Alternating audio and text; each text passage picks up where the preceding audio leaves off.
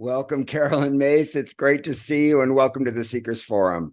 Thank you, Mark. It's lovely to be with you. It's really lovely to be with you. Thank you. You know, I was just listening to one of your videos where you were talking about the unthinkable, and that we've entered this realm now where we're needing to confront the unthinkable. And you're suggesting these are things we might have thought about before, that the unthinkable could have been part of our consideration before. And of course, you were talking about the Middle East and what's going on there. But I was also thinking about our inability to think or to imagine a new way of being. Precisely.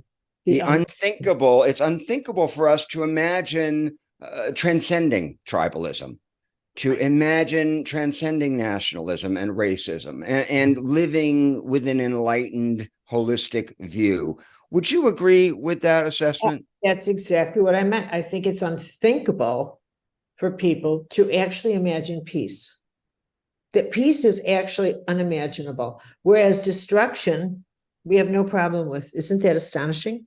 Mm-hmm. And it's to me, what is absolutely unthinkable is that we are a species that celebrates creating the means of its own destruction. Now, that to me is unthinkable. But in fact, we've poured how much of our creative resources into our own destruction, and that's not unthinkable. What is unthinkable is not doing that. Mm-hmm. Something in our wiring is so askew. Something is, we have gone off the rails. I think we've really gone off the rails in some. I think when we entered the nuclear age, which we did in the blink of an eye, when we split the atom, I think the whole world shifted like being in a gargantuan hourglass in which we existed in a world in which we thought matter came before energy, and that what we touched was more real, that the non-physical world didn't, was a matter of religious faith, but nothing else.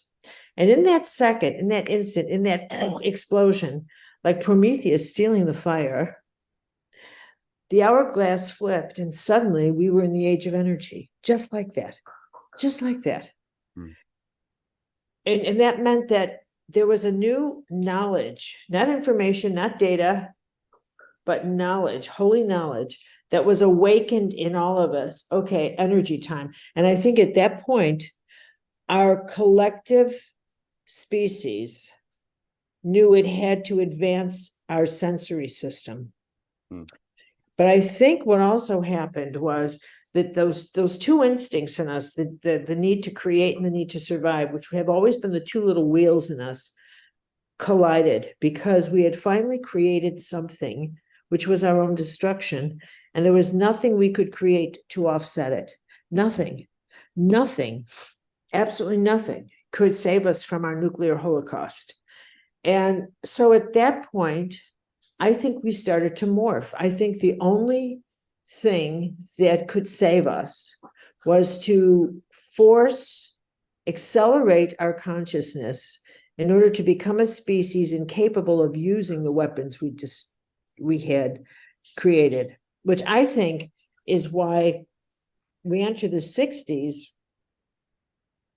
and suddenly this thought form occurs to us that we create our own reality. It just dropped out of nowhere, but it inspired this whole new thing, the civil rights movement, the feminist movement, the spiritual movement, the holistic health movement. It inspired the movement of the self. Mm-hmm. So the inner self was born, not quite an ego, not quite an enlightened thing, but a hybrid inner self, which had the capability of becoming an interior best friend, the part of us that speaks the truth inwardly, but not yet outwardly, which is why people in seminars would say, I got it on the inner that.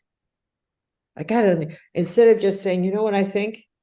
They can't do that. They have to let the inner self speak for them, you see, because that's like saying, I don't know where this came from, but obviously, so a sense that there's something more to me. There's a source, there's a resource of source. There's a resource of guidance that was animated in us for our own survival, which was unthinkable. Our parents, your parents, we're from the same generation. They did not in any way say, you know, I've got to get it on the inner. No. Can you imagine your father saying, my inner self is speaking to me? My father was a World War II Guadalcanal Marine. I mean, that's the last thing. But we had to be put on fast forward. And I think there's so much about the world that we're in and what we are becoming, what's really going on, that is positively unthinkable, because we've never had to script it, not into our religious mythologies, not into our inner mythologies, not into our behavioral mythologies. But we've never, ever had to consider that maybe we are the messengers of our own destruction and the co-creators of our own destruction. And therefore, maybe our survival really is our responsibility. There's no off-planet God that's going to save us. And there's reasons why the mythologies of all religions are crumbling. And there's a mythical reason why the battle has begun in the land of the Abrahamic religions. And all of these truths are actually unthinkable. You need a mystical imagination. You can't be rooted in just give me the answer here, right or wrong. We're moving out of dualism, so you can't see your way through in that world. So I should shut up now. No, but that's exactly what I was going to say. Is you've said elsewhere that we can't imagine that we have the power, but we do. Why is it so hard for us to acknowledge that we have that we are co-creators of our own flourishing and our own transcendence and our own healing? Why is it so much harder to imagine that than being co-creators of destruction? Well, think of all that would have to change. Think of how we would have to view each other with such a different regard, with sacred regard. We would have, you can't acknowledge that you co-create and then decide, but you don't. Okay. I mean, you can't do that. And then if you pursue, well, what is this power that I'm using? That is what's the source of it? It's not neurological. It is our biospiritual technology. It is our biospiritual ecological technology. This is how we are designed as part of an organic, divine organics. This is how creation works. And I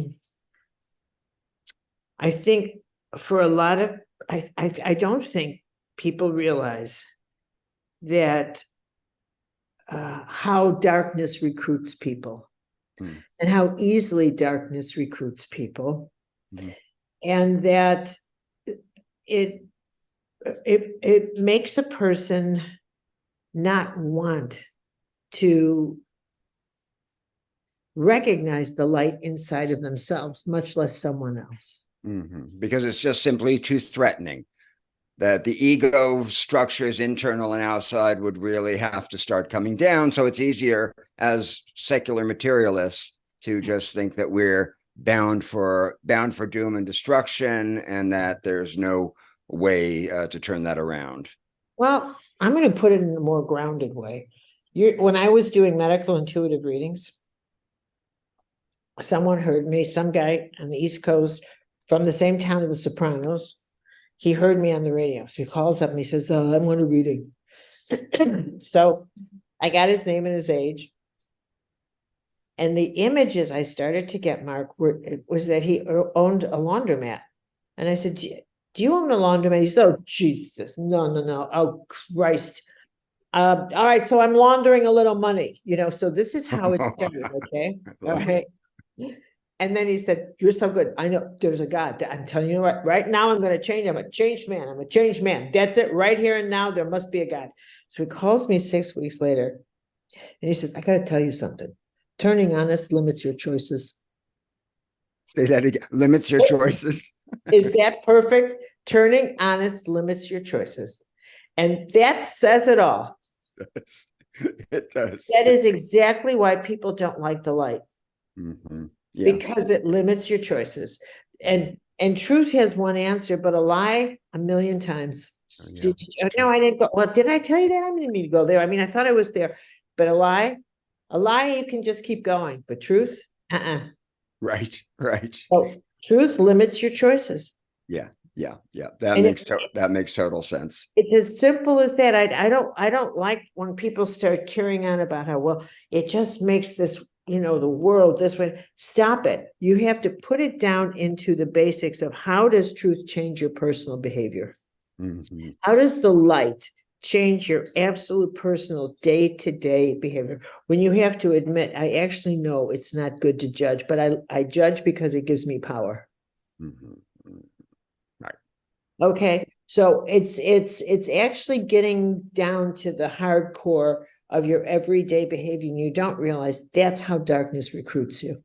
Mm-hmm. Because it lets you feel like that you are exceptional. And a measure of being exceptional is the rules really don't apply to you. They apply to others, but not to you. I'd like to ask you about forgiveness, which ties into this moving into a new way of being. You say that forgiveness is a mystical act, not a reasonable one. Can you say what you mean by that? Well, sure. I mean, one of our driving forces, and I think one of the greatest sources of our suffering,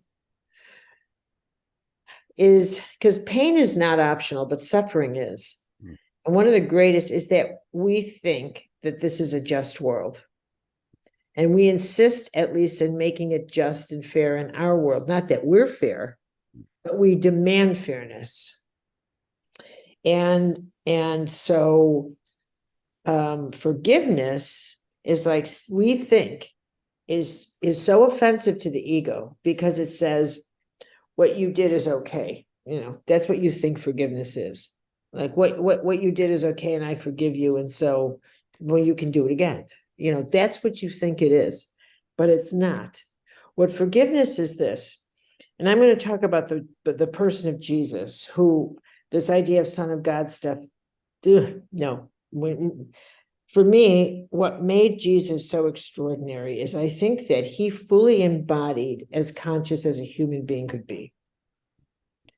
I do. I think he was as fully as divinity, divine consciousness can be embodied in a human being. He pulled it off.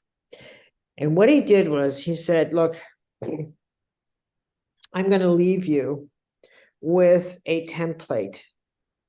So he lived out every single thing that we use as an excuse to get even with people. He says, so I'm going to have dinner with you guys, and I'm going to do a little ritual because I want you to remember this dinner. And he says, and after that, he says, he tells his friend Judas, go betray me, go on, it's time. He says, so I'm going to be betrayed. Then I'm going to be arrested. And all my friends, they're going to abandon me. Because this is what you're going to experience in life. You're going to experience betrayal. You're going to experience abandonment. He says, I'm going to be accused of something I didn't do. I didn't do anything. So instead of me whining, but I've been such a good man, I haven't done a thing. How could this happen to me? That's not going to be my response. I am going to say to God, can you take this away from me if there's any chance? Although I don't know who it was in Gethsemane with him recording that night. But the point is, he said, can I do something else this weekend? Can you take this away from me? And he didn't hear anything. And the significance of that very profound moment is that silence is also direct guidance, because heaven is like the course is set. So then he's arrested, and he still does a healing because Peter takes a sword out and he cuts the ear off a guard, and Jesus does his last healing there. And then he, of course, goes in front of Caiaphas, and then he goes in front of Pontius Pilate, who was a real loser. And Pilate says to him, hey, look, say something, because I can let you go. And he says, this is already written. In other words, you work for me, you little pissant. There's nothing. This is all arranged. And Pilate must have seen something. He screams, get this man out of here and get me some water to wash my hands of this man, to break the connection. So then Jesus is crucified. And during the crucifixion, of course, he supposedly says, Father, why did you abandon me? So he says, in the midst of your crucifixion, you're going to feel abandoned. Then he goes, that's right. Forgive them. I must forgive them, because this was a staged drama. It was all essential. So what he was saying is, your option is, you don't realize how much of your life is an essential journey and staged, and part of so many other lives you have lived or yet to live. You don't know that. You don't know how many of these people have made agreements to play the role and the role you've played in their lives. But I'm telling you, the way that you end suffering in all lives is not to return suffering with suffering, but to let it bring out in you your desire to do that, and then crucify that desire in yourself. It's your own crucifixion. In order to get to a place where you realize, oh my God, I didn't realize how much hatred I had in me, and you brought it out. And to that, I thank you. Now I have a crucifixion to attend, and it's mine. And that's what you mean by forgiveness being a mystical act. It's a mystical. It doesn't make any sense. It doesn't make any sense until you get this situation so awful, but what it's brought out in me is a part of me so dark and so capable of tormenting others the way I have just been tormented, and I don't want that part. And that's why, maybe that's part of why I had to experience this. It's not a logical reason. It's not a compassionate reason. It's a mystical, eternal reason. And I have to go get rid of this part of myself, because I will spend the rest of my life getting even, punishing others, tormenting others, thinking that somehow or other I'll get my life back, my child back, my husband back, I'll get something back, my health back. What? I'll scream unfair, and heaven will never, ever, ever come down and explain a thing to you when it comes to your screaming about justice. But if you say, help me get rid of this. I don't want to hurt anybody with this pain. Oh my God, the help that you get is unbelievable. So it is a mystical, your first chosen mystical act, where you say, I'm going to go against what my reason wants me to do, what my heart, what my gut. I want to destroy these people, and I'm going to go against that and say, I want that desire out of me.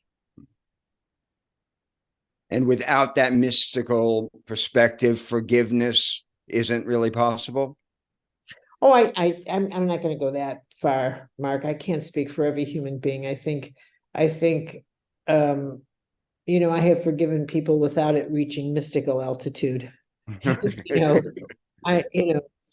I think there are some things that are so egregious and so deep that I think soul level wounds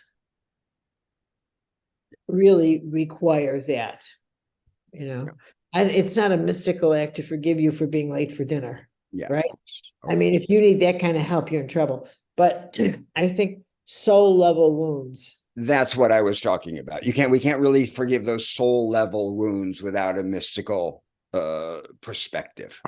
In the same way you want to compare it to, I don't think that you can heal some illnesses with erythromycin, right? You don't need a lot of medical hoop-de-doo. But then someone I know in my neighborhood, his son was born 4 weeks ago and already facing blindness.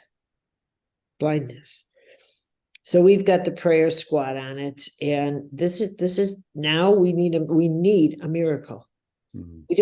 We don't want one. We need one. And this poor little baby, this poor little infant, this poor little tiny 7-pound human has had 5 surgeries already. Oh my God. Wow. 5 surgeries. And so, oh my God, I mean, we're on and to me, I think of the foundress of my college, who was a nun, and she's now the 8th American saint. But she was canonized 10 years ago, and her last miracle was healing blindness. And the man who can now, he has 20/20 vision, but his eyes are completely gray with cataracts. She didn't take the cataracts away. He went to Rome, and the Vatican declared it a miracle, and she was canonized a saint. So I literally am talking to the nuns and saying, get a candle over there. I want Garen to help, if she can. Gosh, well, you're talking about ascendancy and mystical awareness and broadening our awareness. I love the image you use of this building, the psyche being this, I think, 12-story building. Yeah. Doesn't that work well? It works really well. Could you say more about that and how living at different levels? I realize it's a big topic. Well, we'll just summarize it real quickly by saying, I think why that image has become so effective is that the simpler the better. And what I tell people is, once when we're born, we are like an external form of a building, and the frame, we're the frame. And once the frame is set and it's in concrete, those are the things we can't change. You can't change the year and the time and the day you were born any more than I can. And we can't change what country we were born in, no matter what. I mean, I was born here in Chicago. Where were you born? New York? LA. Oh, LA. Okay. So that's it. We can't change it. So we consider these building things. We can't change our parents or our siblings or whatever. These are structural. And what I tell people, once the structure of your life is a given, the country, the place, the family, the skin tone, the heritage, the movement then in your life is essentially what floor do you want to see your life on. And the reason I got this was, it was years ago, Mark, and I'm in New York, and it was a hot August day, one of those really, really hot days. Are you sure you weren't born in New York? Because you're such a New Yorker to me. I've lived here 35 years. Oh, so you are, okay, because you are so New York to me. Anyway, so I was walking down, you know how hot it is in New York sometimes in August, and the ground gets hot, and the taxi cabs get rude, and the streets get fragrant. It was that kind of day, and it was still and humid. The air was hanging. I mean, it couldn't be a worse day. And I was visiting a friend, and she lived on the top floor of a building, and she had a tiny itsy bitsy balcony. It had 2 seats and a coffee table in between. She says, why don't you go sit out there and I'll bring us an iced tea? And I thought, it's too hot. But in fact, I went out there, and the sun was not hitting us. I had an iced tea, and it suddenly felt, and I couldn't hear the city as much. I couldn't smell it as much. So now, as we sat there and watched the sun go down and the lights go on, all of a sudden it was the most beautiful city in the world. And I realized, and I said to her, you know what? If I lived on the first floor of this building and you told me that I had a beautiful park nearby and I had a gorgeous river, I'd tell you were nuts. And we had the same address. And I would be right and you would be right. So who was right? Okay. So I started to play with that and realized, that's just like life. The fact is, every view of your life, it's like deciding, okay, I'm going to move up. I can afford a greater view. I can now afford to see the park. I can now afford to include everybody in the park in my reality. I can now see this. I can now see that. But it's just like living in one of these high rises. Every floor is more expensive, but every floor, the air gets cleaner. And your 5 senses become less effective as your other senses begin to take over. You start imagining, because you see sunsets differently and you see horizons differently, whereas you can't imagine on the first floor. It's not possible to imagine the sunset because you don't even have a sense of it. But what happens really is, as we ascend in consciousness, we do turn down the data of our 5 senses, and we animate what our multisensory system can bring us. Mm-hmm. It reminds me of Maslow's pyramid of needs in a certain way, but until we take care of the survival needs, the foundational needs, we can't afford to move higher in the building of consciousness. So do most people live on the first floor and how do those floors break down? Well, I mean, the lowest, think about it. When you're on the first floor, you can only see directly out the window. Mm-hmm. And so your animal instincts are at their highest there. Your tribal, your animal, bars on the window, locks on the door. That's where you feel most vulnerable, in the first floor of your life. That's where you feel, and it really doesn't have to do with how much money you have. No. It really has to do with whether or not you fear other human beings, period. Mm-hmm. Whether or not you have a sense that kill or be killed, that other life is a danger to you. Yeah. Which is something we never talk about with people, whether they have that, whether that switch is on, is, do you have the danger switch on? That other life is, because it becomes the motivation as to where you live, a gated community, how much money you have to make keeps me safe. Everything then becomes about, and nothing will ever be enough. Mm-hmm. Right. When you're at that survival level. Yes. So it doesn't matter. So what keeps you there is actually that fear. It doesn't matter how much you have. It is that, what did Rockefeller say when they asked him, how much money is enough for you? He said, $1 more than I have. Mm-hmm. It's Right? always Right. it's always elusive. So You're always out of touch. what floor was he on? 1. So it's not a matter about how much stuff you have. It's what you think stuff can do. And it's the power you give stuff. And in fact, from a mystical point of view, from a Buddhist point of view, from a truth point of view, the more you empty your soul and give it all this stuff power, you are the most powerless, which is inevitably why, Mark, when people acquire so much, they've run out of their own soul stuff. What happens to them? They become paranoid. Mm-hmm.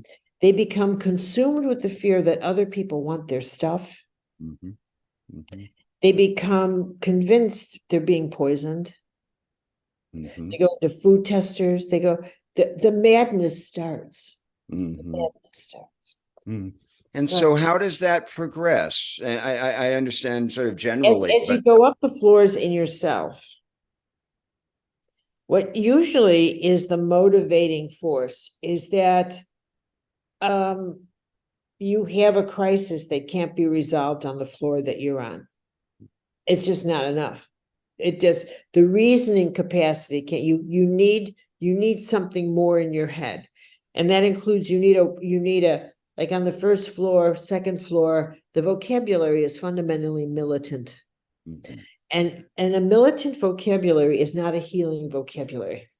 It's not a resolution vocabulary. It's a destruction vocabulary. So you have to get new words in. You have to get a different way of reasoning. You have to learn different reasoning skills of the soul, even skills more of the psyche, even before you get to the soul, to get out. So you start your ascension because you require different tools to survive being you. Mm-hmm. It's not, in the first floor, second floor, you want to survive a rainstorm, but eventually you have to survive your relationship with yourself. Mm-hmm. Mm-hmm. Mm-hmm. And that's what the crisis shows you. Right. That's what the crisis shows you. So at some floor, at some floor, somewhere around 3 or 4, you really have to confront how you are driven by your cravings or addictions, and how that determines what you see when you look out of your life. What do I need? How do I get it? What will it cost me? Am I working for my cravings, or I'm working to create? Okay, so you are at the level of cravings. And you have to make the decision whether you will be driven by cravings or you will absolutely confront them. And some people never get off that floor. My brother died of alcoholism. He never got off that floor. He tried, but he never did. Okay, but the whole inner journey of us is about, I need to stop this. It doesn't mean you can, but you get this sense of eventually you have to confront your cravings because they become destructive. They become destructive, and that will always be pointed out because of the law of balance. Something about your craving will throw your cravings will throw your life so off. Your cravings for attention, your craving for power, your craving to win, the cravings in your life will become so overwhelmingly driven. You'll lose relationships, you'll lose breakup. And at some point, how the epiphany, is it me? Is it me? Right. And it's the is it me question that gets you to the next floor. I need to figure out me. And that's when you really begin a different vista of what's out there, what's driving me, what's the purpose. You might ask for the first time, what the heck is the purpose of my life? If it isn't to acquire stuff, then what is it? So now you're in that altitude where the questions have a little flavor of prayer to it. What reason have I been born? What am I doing here? As I say to my students, who do you think is going to answer that? Really? Her? Him? You are actually praying. And if you were in a monastery and I was your spiritual director, I would say to you, go and spend time in prayer because you've just asked heaven to redirect your life. What you've just said is, take me down deep and show me the reason you gave me life. Clear away every obstacle. You don't get that you just said that, but that's what you did. And so now that's what's going to happen. And so it's that place you start, then there's the floor, it's like the 6th, 7th floor, where your appetites begin to change. And you start losing your appetite for all familiar things. But the new world hasn't been born. So this is the dark night of the soul. The time in the chrysalis, where you have to go through the gelatinous letting go of who you thought you were. So that deeper person can be born. You have to, this is where the ego and its agenda begins to give way and yield to the soul. I know the ego knows what you want, but the soul knows what you need. And so there's a battle, and this is the dark night, and it is a battle. And after that comes the reshaping of your life. And it's a mysterious process, isn't it? It's not a linear process, and we're full of contradictions. Isn't it true that we can have reached the 5th layer and still have cravings? No. It is, we're running up and down the elevator constantly. Right. Constantly. You never get rid of all your cravings. But what happens is you become aware that you are in relationship with them.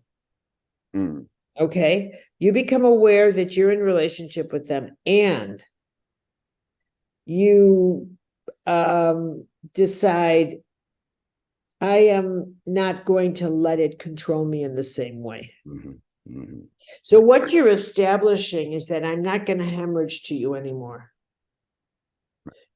I may still want to, have this or that, or do this or that, but I'm not willing anymore to lie for it. I'm not willing anymore to steal for it. I'm not willing anymore. So things change, see? You talk about the reasoning skills. For a lot of people, reason is a strictly left brain analytical kind of thing, but you seem to be using reason in a different way. and more in the ancient way of, reason also being connected to a mystic awareness. When you talk about building your reasoning skills to ascend in this building, what do you mean? I mean to include an understanding that you have intuitive reasoning skills. Okay. Okay. You have emotional reasoning skills. It means that your reasoning sense and logic is not bound by five senses and by what I see. I have a very refined intuitive system, and it's a very reasonable one. Okay. It reasons well in the invisible world. Okay. So intuition is not this, and guidance is not this random how do I say? Like sparks kind of thing.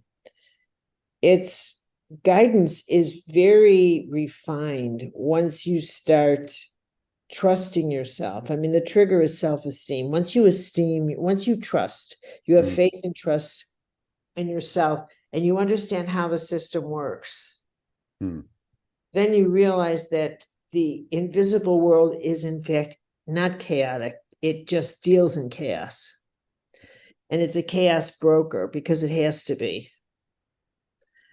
But it's not a chaotic universe. It needs the element of chaos, but in the chaos comes the element of change and shift.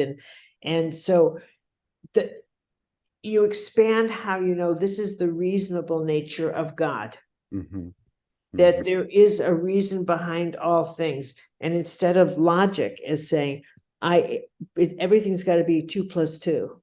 Mystical reasoning includes things that I cannot see, but I know are factors. So interesting. I'd like to ask you about the voice of the inner reptile. Oh, yeah. It seems to go to what we're talking, Teresa of Avila, the voice of the inner reptile. And you say that voice of the inner reptile, which is the jinn, we think of as the inner critic, many people, you say it sounds the most reasonable. And is that because we're living on the first floor? Well, yeah. And I wouldn't just limit that, but Teresa talks about reptiles. She says when a reptile gets in, it takes up residence and it's very difficult to get them out, and they see better at night. So what she means by reptile is, for example, if I said, oh my God, Mark, I saw that lamp, and I know this woman said anyone who has that lamp is going to be visited by aliens. Now, I don't want to scare you, but what if? What if you believed it?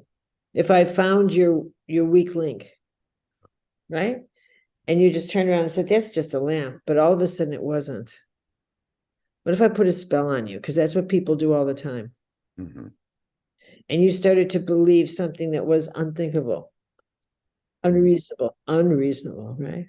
And it gets into you, anorexia. I'll always be fat, and you weigh 90 pounds. It's a reptile.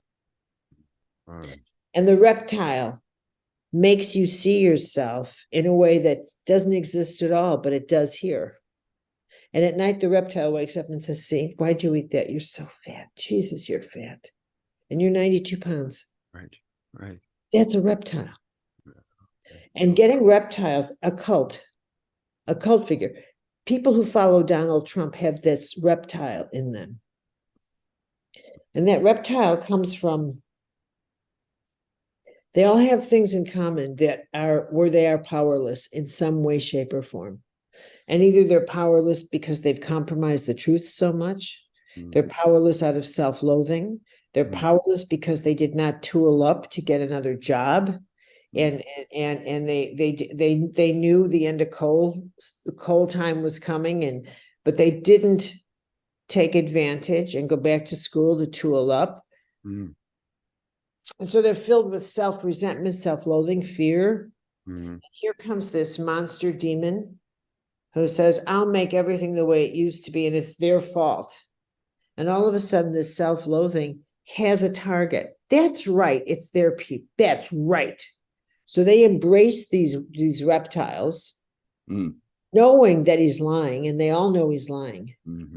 because the soul won't let you accept a deception that great. Mm. They all know he's lying. But a But they devil, don't care. it's useful for them. And it's useful in this regard, in that he brings out their ugliness and it makes it feel like they were right, justified. And so they get to their realities, and suddenly it's okay to be a hateful, horrible person, and that none of their failings were their fault.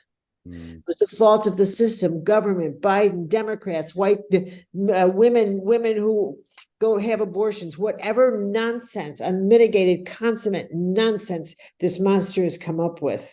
But these people, they get together and he, because he actually is a demon, not like a demon, he is a demon. He's an incarnation of a demon. He just gathers their psychic energy. And he thrives on it. He thrives on it. And they leave there completely disempowered, filled with demon reptiles. And then when they're alone and you try and talk with them, they make no sense at all. They can't give you any examples of any of the stuff they're saying. Biden's cheating. Can you tell me where? Well, all I know is that's what's happening. Yeah. There's lasers on the moon. Are you sure? Yeah, I just know it. The nonsense that comes out of them is, and it doesn't matter. It's like their brain and logic is turned off. This is demonic possession. And it's because it speaks to the demons that are there already, and we are therefore right. It confirms our darkest impulses or suspicions. I'm going to tell you that this is what nobody ever talks about in our world, but they really should. And that's that, God is law. The nature of God is law, light, and love. That's it. Those are the three things. But darkness is light as well. Light and dark, right? Moon and sun. And the laws of the dark are as effective as the laws of the light. They work the same way: cause and effect, action and reaction, magnetic attraction. The dark has the same laws. It plays by the same rules. The only difference is people don't get it. They don't want to look there. How many times I've heard people say, well, I believe in angels, but not demons. Of course not. I mean, the 2-year-olds. But the dark is as organized and as law-driven, mystical law-driven as the light is. And what I mean by this is, like, how does an angel work with you? An angelic guide is not allowed to do anything for you that you can do for yourself. Heaven does not permit that. Heaven will not, for example, suddenly make you a great biochemist because that's what's needed next door. You're not, you never will be. That's not it. So it's not going to happen, even though the download of data is something heaven does all the time. You're not the sword. You're not the vessel. And that's all there's to it. Right. In that same way, darkness utilizes, light utilizes what's already in us. If I have a compassionate nature, which I believe I do, and they want a certain action taken towards somebody, I might look over there and suddenly I'm overwhelmed with compassion towards someone. And I'm inclined to feel that way anyway. But now, instead of like cologne, it's at perfume volume. But they're utilizing what's already in me that I have nurtured in me myself. The dark does the same thing. If you are a jealous and controlling and evil and dark and maniacal and manipulative and dishonest person, they get a lot to work with. That's what I mean. Okay, they get a lot to work with. And so they could say things like, this person always did, I bet this person just is talking about you right now, because that's your own paranoia. But your own parent, they'll lean into that thought, but you create that thought first. And then they'll just help you out with it. Right. Makes complete sense. Let's just finish with one one question about enlightenment and our innate desire to awaken. Now, you've written, I'm convinced that the deepest desire within each of us is to be liberated from the controlling influences of our own psychic madness or patterns of fear. That really is our deepest desire. So can you just talk about a few simple practices for liberating ourselves from the psychic madness and patterns of fear that tend to control us? Give up blame. Give up blame. That's a good one. Give up blame. Give up entitlement. Don't give in to what those fears give you permission to do or be. Mm-hmm. Give up blame. Give up entitlement. Mm-hmm. Stop sharing your wounds. What do you mean by that? Well, stop letting people know about your wounded history. Why? Doesn't serve anything. Get yourself in present time. Make the most out of all that is good in every day. And don't bring your wounds into it. They have nothing to do with it. Mm-hmm. Mm-hmm. You're not saying don't do the work of healing one's wounds. Or... Well, whatever, but get over it. How long can it take? Right. That's a very controversial view. I don't have to tell you. Really, get over it. How long can it take? I mean, I think you need to kind of look at your life and realize I'm not going to give that much time to my healing anymore. This is nonsense, because I've got things that I'm going to really have to work on healing in the years ahead. Mm-hmm, mm-hmm. I'm an older girl now, and I'm done with this. Mm-hmm. I'm done with this. I just can't. How much? What do you? And if healing has to do with, well, I still have to process this. Don't you dare come near me, because this processing stuff is. And what do you want? Process what? You hurt me. Okay, so I hurt you.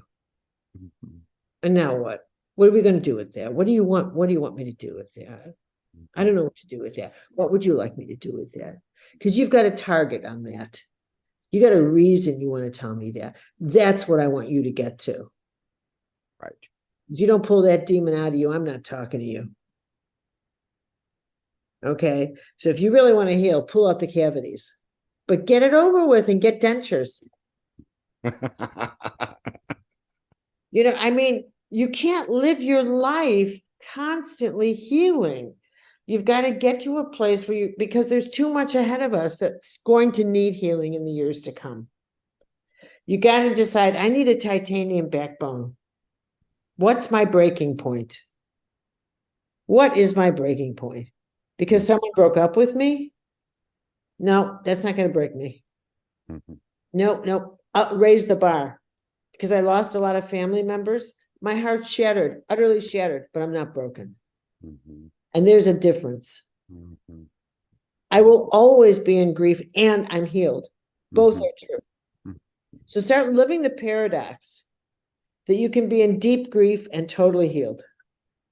Carolyn Myss, thank you so much. It's just great to speak to you. And I know that community is going to benefit so much from our conversation. So I appreciate it. Well, and I think that my community will benefit from our class that you're going to do, from that wonderful class. I'm looking forward to it. I am so excited about it. Oh my Lord. It's so good to hear your wisdom. There are so many people who adore you. Oh my Lord.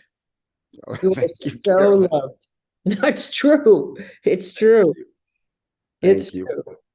So you have a wonderful holy season. You too. And I'll see you in a couple of months. If you will. All right. Bye. Welcome. Bye. Thank you.